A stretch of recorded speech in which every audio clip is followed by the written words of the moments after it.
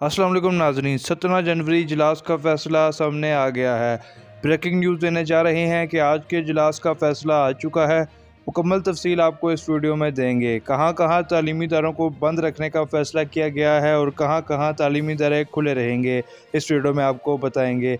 आपने वीडियो को एंड तक ज़रूर देखना है ताकि कोई बात मिस ना हो सके।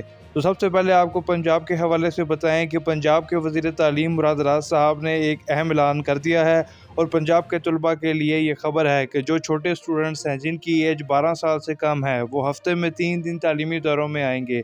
50% हाज़िरी के साथ 12 साल तक के जो बच्चे हैं वो आएंगे।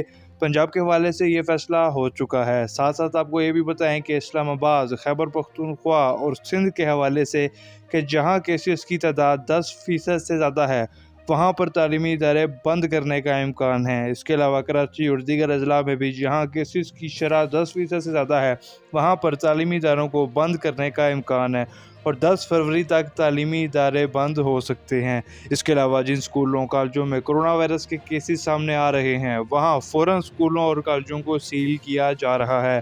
छुट्टियों के हवाले से हतमी प्रेस कॉन्फ्रेंस जल्द होगी और जैसे ही कोई हतमी फ़ैसला, हतमी नोटिफिकेशन आता है आपके साथ शेयर किया जाएगा।